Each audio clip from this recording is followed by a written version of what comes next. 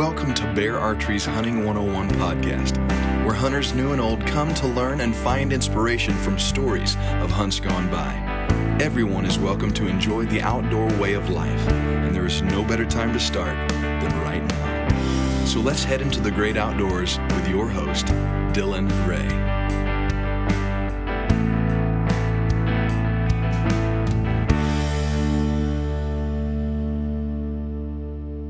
All right, thank you for joining us on Bear Archery's Hunting 101. Joining me is a good friend of mine, at least I consider him a good friend, Mr. Jake Meyer from Mossy Oak. Jake, how are you, man? I'm good, Dylan. Thanks for having me on, and I consider you a good friend as well, so I think we can move forward on that status. Absolutely. Well, we have done several recordings together, and I have always enjoyed talking with you. And so I'm excited to just talk hunting stories today. You are at Table Rock Lake in Missouri right now. Am I correct? I sure am. I'm here. It is actually July 3rd, and Friday, July 3rd, and I'm born and raised in Southeast Missouri, and my in-laws have a place here now in Southwest Missouri on Table Rock Lake. Nice little cabin that we've been coming to for several years now. I absolutely love this lake. I love this area, part of the country. You're kind of in a big part of Bass Pro country here with their headquarters in Springfield. And then right now I'm directly between Springfield and Branson, Missouri, and just here for a nice little 4th of July vacation with my family. You going to be fishing this afternoon or what? I'm hoping to. We have my in-laws have a tri-tune boat that is more for recreation, but I've got a couple buddies around here, and there's some great people on Mossy Oak's pro staff that I've become pretty good friends with. So I'm hoping that I could get out with them, or even potentially, if they're into anything right now, potentially bow fishing as well. I don't know. I'm not up to speed with the seasons on that, but I think it's in full throttle mode right now for bow fishing. So, well, you're basically pro fisherman status after that Fish War episode, aren't you? Yeah. What Dylan's referring to is an episode I did with Brandon Polinick, a pretty reputable professional bass fisherman. And yeah, Mossy Oak Fishing has a show series called Fish Wars on Mossy Oak Go, our free app, and available on any type of streaming device. And yeah, we had a blast with that. And that's legit too. It's average Joe versus the pro, and not average Joe, but average Jake in this case, because I am less than average of a fisherman, and I will admit that till I don't think you can say that anymore. You beat the pro. I really did, and I don't know what it was. I caught a few decent fish. I don't think I caught anything over 4 pounds for that specific outing with Brandon Polinick, but there's another episode that aired last night on Mossy Oak Go with Brandon Cobb on the Bassmaster Elite Series, and my fate didn't end so well against Brandon Cobb, but I sure enough did beat Brandon Polinick, and he just could not catch much that morning, and I just caught a few more than he did. And man, we had a ball though. I've gotten some great feedback on that show of just and I gotta attribute that to the entertainment of that episode to Mossy Oak's Jeff Shelby. He's one of our editors and producers, and he's done a lot of work in the industry. So if you've watched any amount of outdoor content, it's come from Jeff Shelby. But we had an absolute ball making those episodes, and we laugh quite a bit when we watch them, and I'm usually the punchline of most jokes, just because I'm usually like, the victim or the pincushion of the joke, and that's okay because I'm not a good fisherman. And they're like, hey, you're going to fish against Brandon Polinick, and it's like, okay, should we even go out? And then sure enough, I won. So yeah, we had an absolute blast with that. Yeah, it was a super fun episode to watch. If you haven't checked that out, it was a blast to watch. So go check that out. Before we dive in, I do want to give a quick thank you to our friends over at Minus 33. They make some of the finest merino wool that you can possibly buy, and I know Jake appreciates this, but they make some of their gear in Mossy Oak. So you put the best camo on the best gear, and it's a win-win all around. So I know Jake has some experience with the gear, and I've absolutely just fallen in love with it to the point where I pretty much wear it every day. And so they make some fantastic clothing. So go check those guys out. But me and Jake really wanted to just talk deer hunting. Fun stories, funny failures of us in the deer woods, and hopefully to inspire you and show you that deer hunting is fun. A lot of people have a lot of people who've never tried it have a misconstrued idea that you sit in the tree and you wait and it's boring, and there's no fun in it, and it's just you sitting there twiddling your thumbs. But deer hunting is an absolute blast, and my best stories, my best memories, most of them come from the deer woods. So we're just going to share with you some hunting stories and hopefully inspire you to go out and try it for yourself if you've never done it. And if you are a diehard deer hunter, maybe just get you fired up for the fall. So Jake, tell me about your first memory of deer hunting. The one that immediately jumps to mind is I would have been in third grade, which would have been about 1997 or 1998. But my dad was going to take me on my first deer hunt, but I was not hunting. I was just going with him. He was bow hunting. And we went to what we called, there's a pretty awesome state park in southeast Missouri called Hahn State Park. It's between the towns of Farmington, Missouri, and St. Genevieve, Missouri. And my parents owned some land that actually bordered Hahn State Park. And we were going to sit in what we called the lower food plot. Looking back, it was probably a 2.5 to 3 acre food plot in this gorgeous valley. And the food plot itself had a gorgeous little creek branch running along its lower border. And when my dad was a heavy equipment operator, so he actually constructed and kind of created that food plot with a bulldozer. So or a high lift, one of the two. But when he did that, he created a windrow of trees between the food plot and the creek, and we were going to sit in those trees. It was actually a perfect little spot to just naturally immerse yourself into what was just a massive brush pile, and we were going to just sit there and see what happens. So a funny little side note with that story is I was actually about a month out from having a surgery on my left femur. Of all things, that's the bone that runs from your kneecap or from your knee to your hip. And I had a bone infection in that bone or that femur. And I was in a lot of pain. I was about, again, to go into surgery. So sitting still wasn't that easy, especially just sitting on a log. It wasn't that easy, but I just remember we caught a glimpse of a doe and a fawn up in the woods, and they eventually came out into the food plot. And it's just so crazy how when I had those deer to look at, I was able to kind of take I think of the movie Major Pain, where he's like, you want me to show you a little trick, take your mind off that pain? And it's like you put a deer or a turkey in front of me, and it's like everything goes out the window, and it's like I can just sit there and hold super still. And I did. And that doe and fawn, actually, they fed, like, we're on about ground level with them. So that was really cool. The doe and the fawn meandered kind of throughout the food plot and eventually worked their way to about 5 or 6 yards in front of us. And that evening, Dad wasn't really too worried about shooting a doe, and he was just, wanting to have a good time. And if a nice buck would have came through, he definitely would have shot it. But man, I'll just never forget that. I remember how much my leg was hurting, and then once those deer came in, it's like that all went away, and I was just able to focus on those deer just being deer and not having a clue that we were there. It was incredible, but that's the first memory I have of hunting. I mean, there's a couple, squirrel hunts and little, just kind of other stuff, but deer is where it's at. Deer are just in my blood and my DNA, so that was a really cool hunt. That was one of my first major memories. Yeah, and I think I shared with you in a previous conversation that I told you obviously had it much more together than I did on my first memory in the deer woods.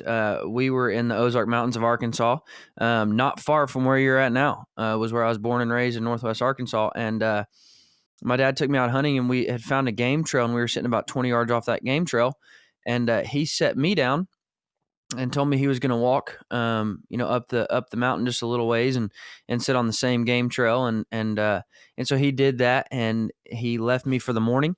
And he came back to me, after the morning hunt had wrapped up, and he found me throwing sticks and rocks. And he said, "What are you doing, son?" And I said, "Well, Dad, I got bored. I'm throwing sticks and rocks." He said, "Well, how long have you been doing that?" I said, "Well, pretty much all morning."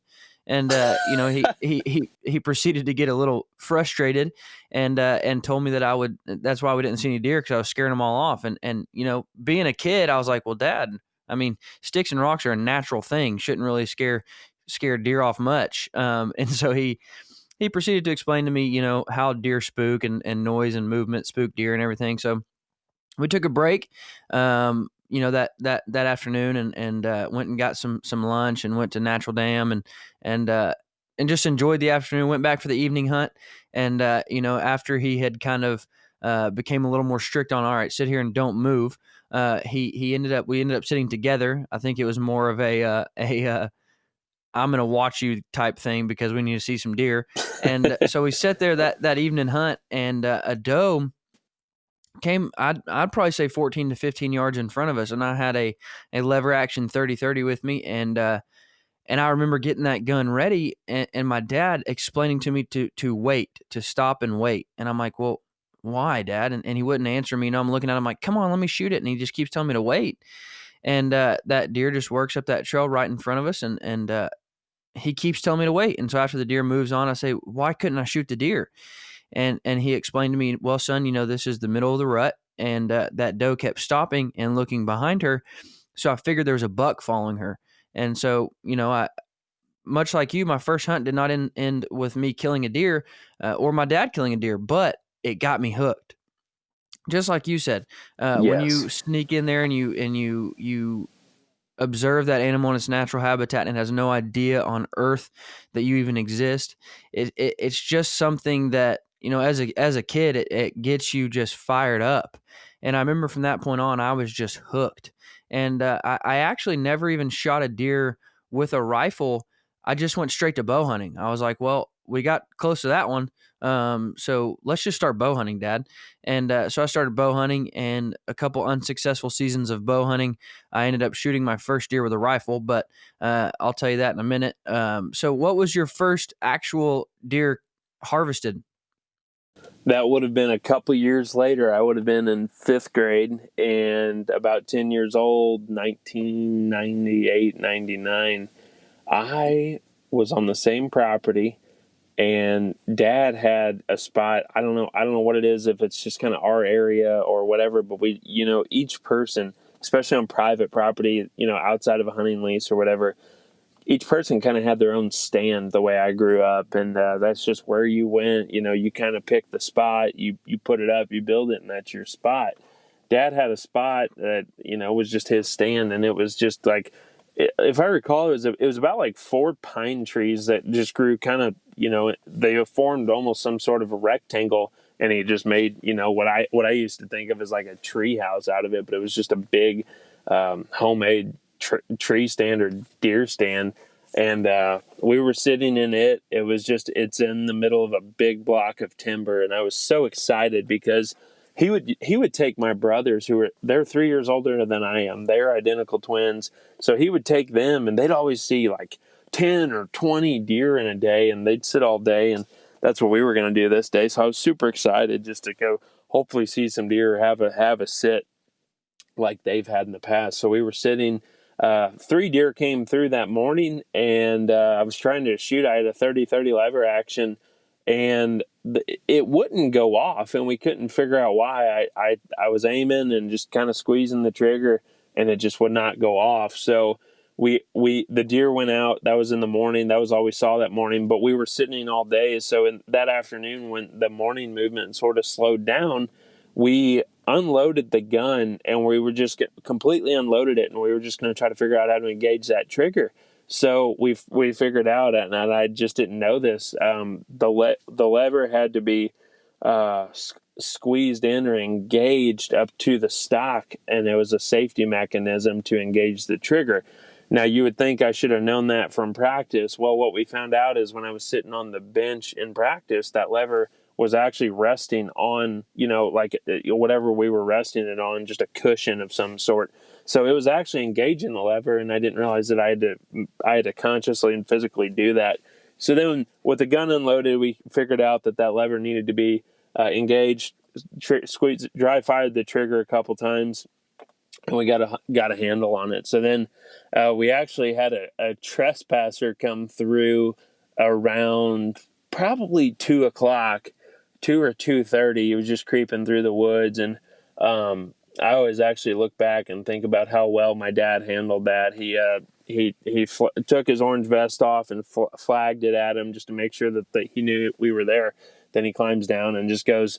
And Dad was very polite, but just kindly asked the man to return to the property that he came from. And so that was interesting. I'll never forget that memory. And then about an hour and a half later, it was probably 4:00, 3:30, something like that in the evening or afternoon. And a 3-pointer, actually, it ended up being a 3-pointer, was just coming right at our stand. And I was able to shoot him at, no joke, like 12 or 13 yards. And I will never forget shooting him, and he actually just dropped in his tracks. And I actually just started crying tears of joy and adrenaline and excitement. And I was so pumped up. And my dad just kind of worked off of my reaction, and he was pumped up. And he just grabs me and gives me a huge bear hug and says, "I'm so proud of you." And man, I would just never forget that memory. That was my first deer. It was incredible. That's absolutely. I want to ask you a question. You said the trespasser thing. Has anything like that happened in your adult life where you just think, well, my hunt is blown? Oh, I'm trying to think. Let's see.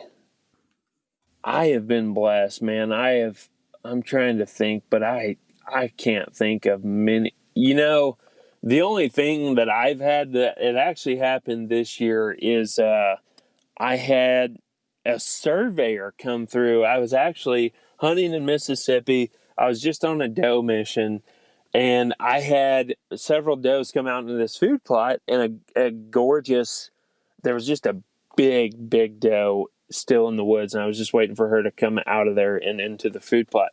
All of a sudden, I look down to my right in this other lane, and there's this guy walking right to me, and kind of speed things up for you. It ends up being a surveyor, and he blows the whole field out, and he was surveying a different property, and the property that I was on he used to get to the property that he needed to survey. So he clears the field. I think the hunt's probably over, and it's actually the last day of season, and I really needed more deer meat. So he clears the field out, and as luck would have it, I tell him what's going on, and I really was like pleasant with him because he didn't know any better, and I wasn't in there when he came through, and I was in there when he came out. So anyway, he blows the field out, and then we have a pleasant and polite conversation, and he apologized, and then he goes on, and about 20 minutes before last light, probably the same does if I had to guess, but about 4 or 5 does come out, and I end up getting to shoot one of them and getting a little more meat in the freezer. But yeah, it was interesting. I mean, it's one of those things that you can't control, and it's almost just a form of bad luck, in my opinion. But yeah, ended up killing, but I know that's not always the case. Yeah, I mean, the only reason I ask is, things like that happen, and you think to yourself, well, I'm just going to go home. This hunt's over.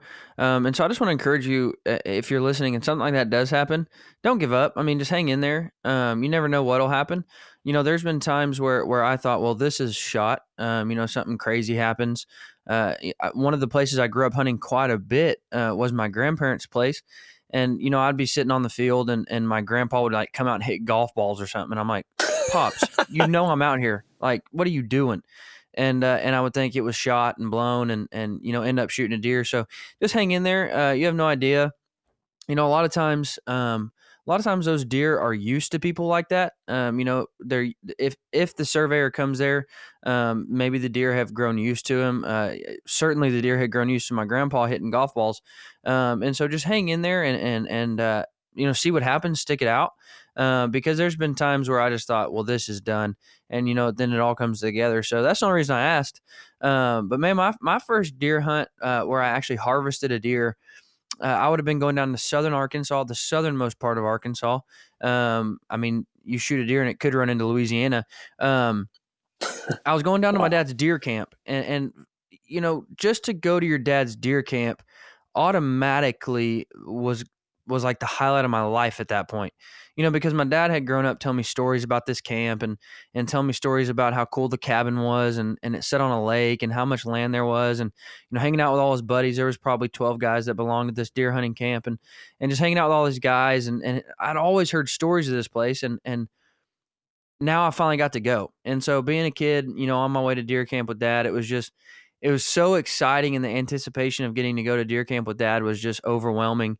And what made this hunt even more special was when I was a kid, a little kid, my dad had built me a fort just to play in. It was like a 8 to 10 foot high platform. And it was just, a little fort to play in. And when I had grown old and, was not playing it anymore, he cut it in fours and added legs to it. And he made 4 tower blinds out of it. And so that morning hunt, we were getting ready and getting dressed, and he said, "Hey, I forgot to tell you, we're going to be hunting out of a stand I made from your fort." And so it got even more exciting for me, just because that was kind of like a nostalgia thing. I grew up playing in that fort and spent hours in that fort and slept in that fort, my sleeping bag every night, and just now I got to hunt out of it. And so that got even more exciting.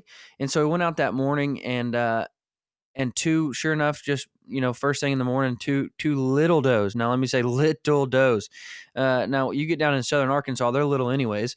But these were little for southern Arkansas. I'm talking 50, 60-pound does. And they step out, and my dad says, "Well, if you want to shoot them, shoot them." And so I got the green light, and I flipped the safety on that 7mm, and I shot them. And the first one drops in her tracks. And my dad, like you said, man, the excitement that my dad showed was just outrageous. I can remember him just grabbing me and whipping me around that blind and, doing a little dance. And I mean, I was like, "Calm down, Dad." I think he was more excited than I was. And so he explained to me, "Well, we still have a lot of time in the hunt. So let's just leave her laying out there and let's just sit back and see what happens." And so we sat there, and sure enough, 20 minutes later, another doe comes out, and I shot her too. And so now I had two dead does, and just an awesome morning hunt. So we go back to camp, and this is my first deer. So all the old men in camp are rubbing deer blood on my face and telling me I got to eat the heart and all this stuff, and playing jokes on me, but I remember just the excitement in camp, not even from just my dad, but all those men in camp were just thrilled that I had shot these little bitty does. And I just remember thinking, like, this is hunting, Yeah. not the shooting of the deer, not the trips made with your friends, but this right here, the camaraderie, the joy, this is hunting. And my dad actually had to head back. This was a Saturday, and my dad's a pastor, and so he had to head back for church on Sunday. And so he left me with one of his friends to hunt a couple more days. And so that next morning, or I'm sorry, that next evening, that same evening, I went and sat right back in the blind that my dad had made for me, and ended up shooting a little button buck that night. And so I remember calling my dad, and he was on his way home and saying, "I shot a buck this time."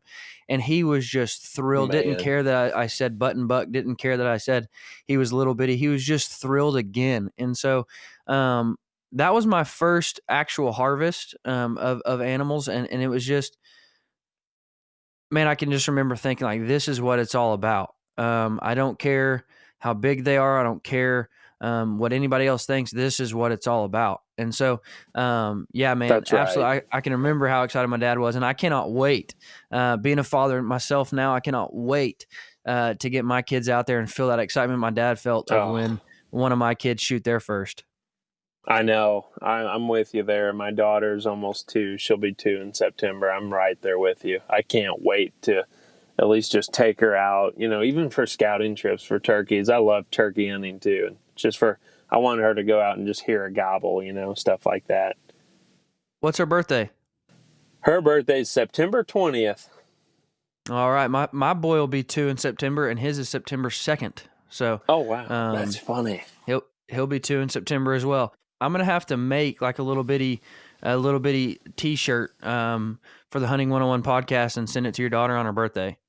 She'll be glad to wear it. I can promise you. She loves animals, and she loves anything that she seems to love about anything that I love right now. She mimics turkey sounds and all that stuff. So we absolutely love watching her curiosity and her wheels just spin when it comes to That's animals and awesome, the man. outdoors. She loves it. Yeah, I remember taking my boy to Cabela's for the first time, and him just walking around and just saying, "Deer, deer everywhere," and he would look. He walked Yeah. in. I was at we went to a hunting lodge not too long ago, and we were just there to fish and camp and just enjoy the week, and he walked in and there was a full body deer mount. First thing he saw, and he just goes, "Deer, a deer." And I'm like, "Yeah, buddy, that's a deer." Well, then we walk into the main part of the lodge and there was an elk, and he said, "A big deer."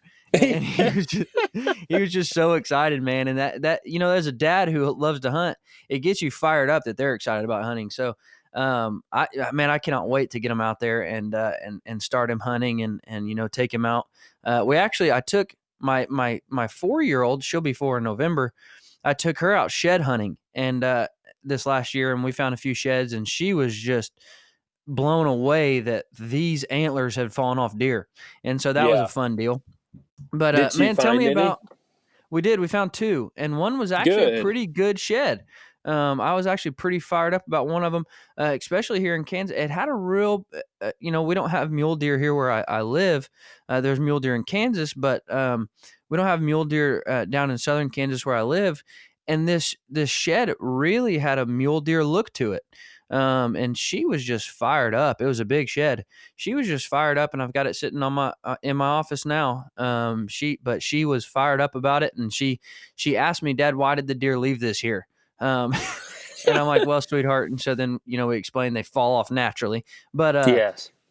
man, tell me about one of your failures in the woods. Those are sometimes better than success stories, in my opinion.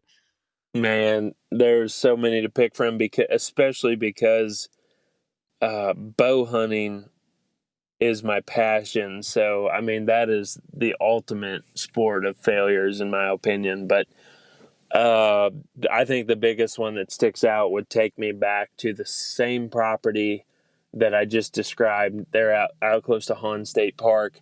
I love this story because it's pre-trail cameras, and it's before I felt like I remotely know kind of, I guess maybe not what I'm doing, but I feel like I know much more about deer behavior and deer tendencies right now. Well, then I would just hunt whenever I could, and there weren't trail cameras, so you didn't know exactly what you were hunting until you spent a decent amount of time in the area and you had an idea of what was running around. But uh, we were out at the same property, and Dad, it was mid-December, and I remember it was so cold. It may have even been closer to late December, but it was so cold. I know the leaves were all off the trees completely.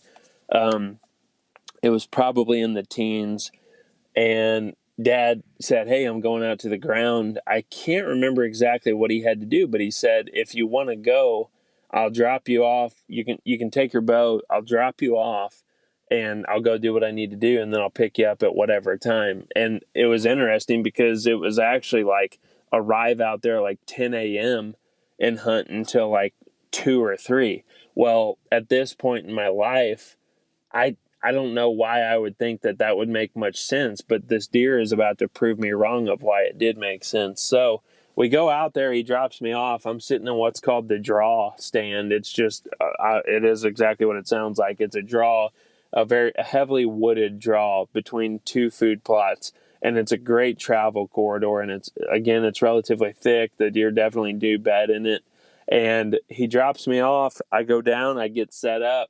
And at this point in my life, I'm watching like Outdoor Channel and all that stuff, and rattling and grunting is what I'd watch them do. So they would do that, and sometimes deer would come in, or especially bucks. So I grunt and I rattle, and again, like I wouldn't do that this time of this at that time of the year anymore, I don't think. But I grunt and I rattle, and about 25 or 30 minutes later, this big 8-pointer comes in, and he's kind of on a mission coming through the draw. And I just remember I look up and I see his rack, and I'm thinking, oh my word. Like, at that point in my life and knowing what I know now about that area, that was a big deer. I think it was, looking back, I really think he was probably 145 to 150 inches gross score. And I just remember, my adrenaline just immediately starts pumping hard. My heart is just beating out of my chest. And it's so cold, I'm wearing a heavily insulated not hoodie, but face mask that just completely covers your neck and your head. And I remember I come to full draw. The deer is probably 33 or 35 yards. And I remember I come to full draw, and I could not get the sight picture I needed at the time because the face mask was so insulated that I couldn't get my anchor point. And then so I'm just messing around big time trying to get my anchor, just trying to get that sight picture. And finally I get it to what I thought was at the time close enough, which I wouldn't have even taken the shot if I'd known then what I know now. But anyway, I get it close enough, and I settle in my 30-yard pin on the top of his back. And again, he's about 33 or 35 yards, but there's not much of an angle for shooting down for where he's at with respect to where I am in the tree. So I put my 30-yard pin at the top of his back, thinking it's a 33 or 35-yard shot. And my arrow just sails like 2 or 3 feet over his back. It was just a horribly placed arrow. And looking back, I just know it was because I didn't have the anchor that I needed. And the more I've learned about archery over the years and bow hunting and precision and accuracy, is that anchor is critical. Like, that anchor is the foundation. I mean, it's exactly what it sounds like. It's the anchor or the foundation of your shot. And as soon as you deviate any way from what you sight your pins in for, that arrow is going to go a lot of different wrong directions at a quick rate. So anyway, long story, but that was a fail, and that story immediately jumps out at me because of how big that deer was. I remember the sun just glistening off of his antlers and his back. It was such a beautiful setting, super cold morning, and I whiffed bad on a stud. Man, I've got a grunt and rattle fail story that just happened last year. I was sitting at one of my favorite places to hunt in the rut. It's on the Arkansas River here in Kansas. I had standing beans on one side of me and the river on the other, and just a beautiful place when it comes to the rut. And there's one place that the deer can come from, and you cannot see them until they're at like 12 yards. Wow. And not many deer come from that area. Usually they come out of the field, and I can see them coming from hundreds of yards. But there's one spot where they can come, and you cannot see them till they get there. And so I was sitting there, and I was grunting, and I was rattling, and I had my rattle bag in my hands, still rattling when that deer comes to 12 yards. And he would have been easily the biggest deer I'd ever harvested in my life. Wow. And so he's at 12 yards. I've got the rattle bag in my hands, and my bow is still on the hook behind me. And so I set the rattle bag down, and I get it down, and I get my hand on my bow grip, and I look at the bow, which is behind me. I look at the bow for a split second just to make sure I get it off the hook without it rattling. I didn't want the cam to tink the hook or anything. So I look for a split second just to make sure I can get it off that hook without it rattling. And when I look back, he bolted. And so I was absolutely sick. And so he ran out to about 80 yards. I grunted and rattled again. This time having my bow ready, but I grunted and rattled again. He was not having any part of it that time. Just absolutely blew it, man. Should have been ready.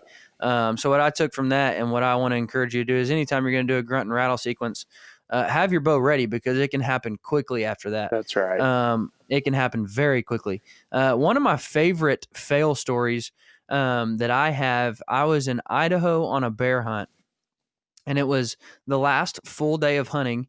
And we had that afternoon, we hadn't had a real meal. We had been eating, freeze dried meals for 5 days now. And the guy we were hunting with says, yeah, just 20 miles up this road, there's a little restaurant where you can get a burger. And so 20 miles on an Idaho mountain road really takes, several hours. And so Yes. we drive up to this little restaurant, and it was in a town of about 10 people, and we eat a burger, and it changes your life after you hadn't had a meal in so long. Yes. And so we had put on city clothes. We had put on, just jeans and t-shirts, and I was wearing like Under Armour slides, Under Armour sandals. And so we went up to that restaurant to grab a burger, and on our way back, we just thought, well, let's head up to this one glassing point and just see if we see a bear. And again, it's getting down to the wire, last full day of hunting. And so we drive up, and this wasn't even, we hadn't went back to camp and got ready for our evening hunt yet. So I was still wearing, the jeans and the slides, and we just decided to drive up to this. It was a helipad where we could glass off. And so we drive up and we start glassing, and immediately we see a bear. And so we range him, and he was at 1,000 yards. Now, it took us about a mile and a half to get within 200 yards of him. And I was carrying a rifle. This was a bow hunt. I was carrying my bow. But the way this bear was set up, we just knew there's no possible way to get close to him with the bow. And so I grabbed my buddy's rifle, which I had never shot before, never picked up before, never held before. And we start making this journey, a mile and a half, 2 miles to shoot this bear. Now, remember, I was wearing Under Armour slides in the nastiest country you had ever seen in your entire life. Now this is embarrassing, and my Arkansas roots came out, but my dumb hunter instincts came out of, I have to kill this bear. So I took the slides off, and I'm trekking this mountain barefooted, 100% barefoot. Oh my! And we're Lord. literally sprinting, trying to get over to this bear. I mean, we're going, down draws over, we're cross trekking this mountain to get over. I mean, it was horrible. My feet are bleeding and they're hurting, but I don't even care. It's like, Wow. I have to shoot this bear last night of the hunt. So this is a little bit of my Arkansas genes coming out in me, but we make this, and we get within 200 yards of him, and I have a perfect broadside shot, and I shoot. We don't see the bullet hit anywhere else on the mountain, and the bear just stands there. And I actually thought to myself, he dropped, like he just sat down, like he's done, he's expired. And before my buddy can say, shoot him again, he's still up, she was running. And so I took another shot at a running bear, and that was a confirmed miss. We saw the miss. And we still don't know, looking back at footage, looking back at the footage of the bullet and where it hit and where it didn't hit, it looked like a hit. I mean, we couldn't, nowhere else did the bullet hit. We didn't see the bear really hunch up or anything, but it was hard telling. And so, we looked for blood for a little while, and we looked over the draw where the bear had ran towards, and we never found her again. But I ran 2 miles barefooted in the Idaho mountains to miss a bear. So it's embarrassing. And, looking back, watching that episode of that hunt, it's just like, why in the heck did I do that? But I mean, knowing what I would have done it again, for the chance to shoot a bear, I would have done it again. Yes. But man, there's so many failure stories that I could share, and some of them are quite embarrassing. And that one is embarrassing because it was by choice that I ran barefooted across a mountain. But there was definitely no time to say, well, let's go to camp and get some boots so we can do this. So Sure. I just made a rash decision and picked splinters out of my feet for the next 2 weeks and without a bear. So. But man, wow. No, it was fun. That was a super fun hunt. Learned a lot, and can't wait to go back. But Man, tell me about your most memorable deer hunt. Man, there's some great ones. I've been hunting since I was less than 10 years old and started pursuing the animals myself when I was 10. There's so many good ones, but I really think the one that stands out the most just because of the overall experience and like you were mentioning earlier, Dylan, but the camaraderie and just again the overall experience would be a buck I shot this past fall. It was with Jeff and David Lindsay of the Lindsay Way. That's a show that airs on Outdoor Channel now. It used to be on Sportsman Channel, but they invited me to come hunt with them on Jeff's farm in Pike County, Illinois.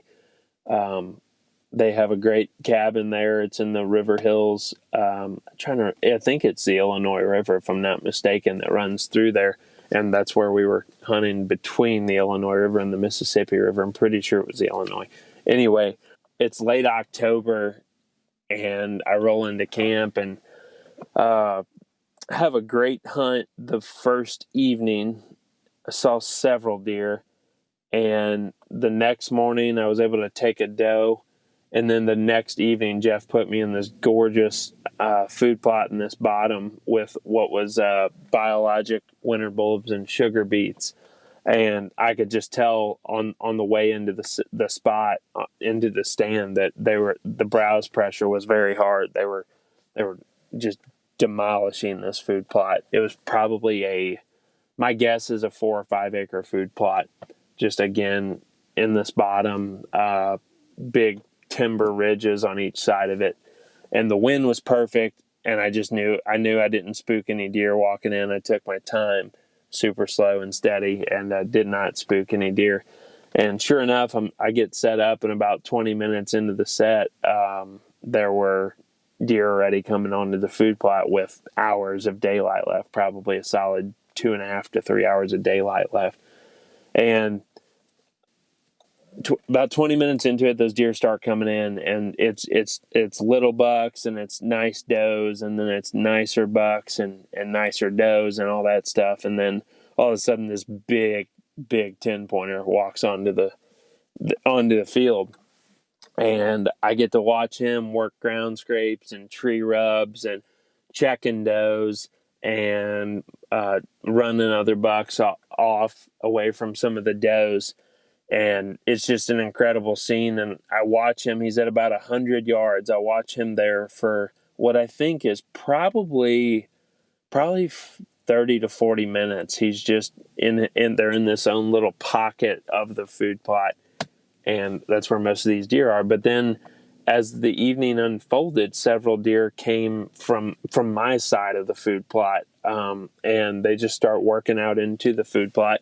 And one of them was this 3.5-year-old pretty 10-pointer that's got a lot of potential. And he comes out into the middle of the food plot, and he's about 35 yards from me. And the big 10-pointer looks down the field and sees this deer and makes a beeline for him. And they're both at about 40 yards in a matter of probably 4 or 5 seconds. And the big buck just kind of pushes the 3.5-year-old off, and then the big buck is now at about 43 or 44 yards and goes down to eat just the greens in that food plot. So I think, I range him, it's 44 yards. He's calm, he's eating, and I'm thinking I can make this shot. So I decide I want to go ahead and take that shot. I come to full draw, and I just kind of gather my composure. I know this is a big deer, could be my biggest deer ever. I really just want to make a good shot here. That's it. That's all I can ask and pray for. So I come to full draw. The sight picture was one of the calmest and just most in-tune sight pictures I've ever had. The aiming part of it just came natural. The jitters almost went away, and I was so immersed in making a good shot. I wanted my 40-yard pin at the top of the deer's heart based off the angle that I was looking at, and the arrow just compensating for the rise of the arrow at that downhill slope. I thought, if anything, my 40-yard pin at the top of his heart, again, he's 44 yards. I thought that arrow, if the deer ducks my shot, I should be in a lung hit. And if he doesn't duck the shot with the slope of the arrow, or the slope of the shot and the rise of the arrow, a 40-yard pin at the top of his heart at 44 yards should actually drop right into his heart. So the shot goes off, and the deer does not duck, and the arrow actually did just drop right into the deer's heart, and the deer ran probably 70 or 80 yards and expired there. And I was so ecstatic. Jeff and David Did you get to see him drop? I did. I got to see him drop. I saw him fall, and just knew he was done. And I sat there until dark. I was able to text Jeff and said, "Hey, I just shot a good one." And him and David and their two camera guys came in, and man, we went and recovered the deer, and it was just an absolutely incredible experience. Jeff and David's wives were in camp as well, and just to experience how that family lives their life and how they approach life and treat people was an absolute pleasure. And I went there as what I would say was a friend, and I left there feeling like family. The Lindsays took me in. They showed me what the Lindsay way was all about. And actually, I wasn't able to have a camera guy with me on that hunt, but I wrote a full article on that entire story on mossioak.com. You can just go to mossioak.com and search bow hunting whitetails the Lindsay way, or you could Google bow hunting whitetails the Lindsay way, and you'll find that article. And I go in more in depth than what I just told you about that story. But that was, just to answer your question, on probably one of my most memorable hunts. It was that one, just because the deer was amazing. The evening was amazing. I saw a large amount of deer. I saw several bucks.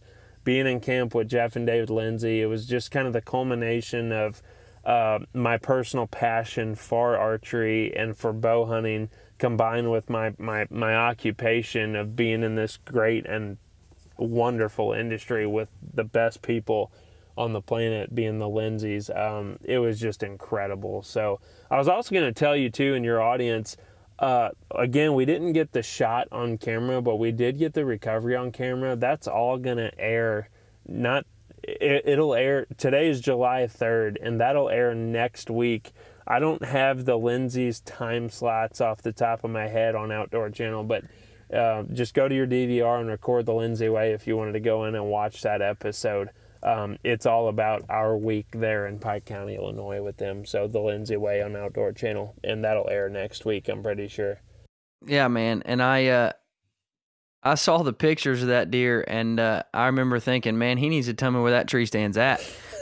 Just a beautiful, beautiful deer, a great deer, and man, a terrific story of a picture-perfect evening in the deer hunting woods. And that, for as bow hunters, that right there is absolutely what we live for, is evenings like that. You're exactly right. And to your point too, like the pictures with that deer, that was... just pay attention to the foliage. You can go to my Instagram page and see that deer. You can go to, again, that story on mossioak.com and read that story. And we have so many pictures from that week on that article. But the foliage, the leaves peaking that time of the year in those river hills, there's no other place I'd rather be, I can promise you. It was majestic. Yeah, man, those pictures blew me away. And, I've said this before, but man, we have to get on a hunt together. And, Yes. you always have an invite to come and hunt Kansas here if Thank you. if you would like that. And, I would love man, that. Again, it's always a pleasure to record with you. Before we go, I do want to give another quick thank you to our friends over at Koa Optics. A couple years back, I was in the market for my first, kind of high-end spotting scope. I was going to go on a backcountry western hunt and needed a spotting scope. And I reached out to a friend of mine who sold all brands of scopes and optics, and asked him what the best was. And he told me Koa by far. And I have gotten Koa optics now for a few years, and I've absolutely never looked back. They are phenomenal glass, and so go check those guys out. But guys, thank you for listening. Jake, thank you so much for coming on, man. It's always a pleasure. And again, thank you for taking time out of your vacation there at Table Rock to record with us and to share some of your fun stories with us. And so again, tell your wife we as your listeners apologize for taking up your time while you're there on vacation. No, thank you, Dylan. Thanks for having me on. It's always an absolute pleasure, and I will always take the time out of my life to talk hunting and talk hunting stories. It's some memories that I always love looking back on. So thank you for making it a point to invite me, and I'll look forward to our next conversations because I always enjoy them. Absolutely. Well, thanks for listening, and you guys have a great week.